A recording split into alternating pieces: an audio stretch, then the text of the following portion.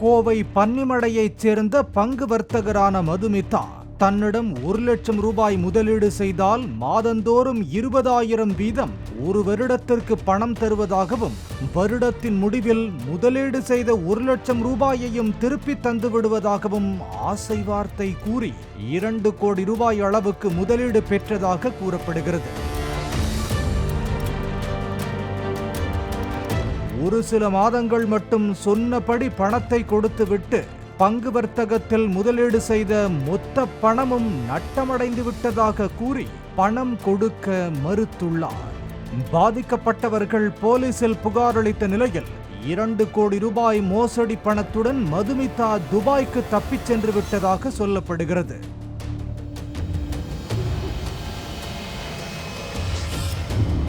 துபாயில் இருந்தபடியே சிலரிடம் பங்கு வர்த்தகம் செய்வதாக கூறி ஆன்லைன் மூலமாகவும் சில லட்சங்களை வாங்கி மோசடி செய்துள்ளார். திடீரென அவர் அங்கிருந்து விமானம் மூலம் எர்ணாகுளம் வருவதாக பணம் கட்டி பாதிக்கப்பட்டவர்களுக்கு தகவல் வந்துள்ளது. அதன்படி எர்ணாகுளத்தில் பணம் கட்டி ஏமாந்த ஒருவர் மதுமிதாவை மடக்கி பிடித்து தனது காரில் ஏற்றி கோவைக்கு அழைத்து வந்து போலீசாரிடம் ஒப்படைத்தார். இரவு நேரம் என்பதால் அவரை காவல் நிலையத்தில் அனுமதிக்க மறுத்துவிட்டனர். காலையில் வரச் சொன்னதால் விடிய விடிய மதுமிதாவுடன் காத்திருந்த பாதிக்கப்பட்டவர்கள் அவரை காலையில் மாநகர குற்றப்பிரிவு போலீசாரிடம் ஒப்படைத்தனர். அவரிடம் நடத்திய விசாரணையில் தன்னிடம் பணம் ஏதும் இல்லை என்றும் எல்லா பணமும் நட்டமாகிவிட்டது என்றும் சொன்னதையே கூறியுள்ளார். நான் வந்து ஷேர் மார்க்கெட்டை இன்வெஸ்ட்மெண்ட்காக வெளியில் கிளைண்ட்ஸ் கிட்ட பணம் வாங்கியிருந்தேன். இன்ட்ரெஸ்ட் பேசிஸில் நான் கொடுத்துருந்தேன். ஸோ அதுக்கு என்னோட ஆண்டியோட ப்ராப்பர்ட்டி நேம் யூஸ் பண்ணி லலிதா அலைஸ் விஜயலக்ஷ்மி அவங்களோட ப்ராப்பர்ட்டி நேம் யூஸ் பண்ணி நான் இன்வெஸ்ட்மெண்ட் இது வாங்கியிருந்தேன். ஸோ அது லாஸ் ஆச்சு. ஸோ அதை நான் எடுத்துகிட்டு அந்த பணம் எடுத்துகிட்டு நான் துபாய்க்கு போனேன்.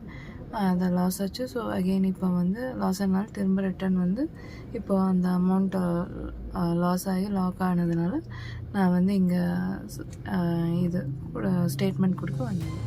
துபாயில் பாதிக்கப்பட்ட ஒருவர் மூலம் மதுமிதா அங்குள்ள ஹோட்டல்களில் செய்த பிளாக்மெயில் பணம் பறிப்பு சம்பவம் வெளிச்சத்துக்கு வந்தது. ஹோட்டலுக்கு வரும் இளைஞர்களிடம் நட்பு கொள்ளும் மதுமிதா அவர்களுக்கு தனது ஆபாச புகைப்படங்களை அனுப்பி வைத்து பணம் கேட்டு மிரட்டுவதை வாடிக்கையாக செய்து வந்ததாக கூறப்படுகிறது.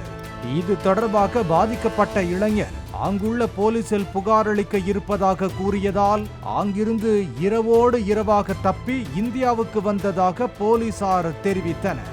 தொடர்ந்து அவரிடம் விசாரணை நடந்து வருகிறது. பாலிமர் செய்திகளுக்காக கோவை செய்தியாளர் நேசராஜ்.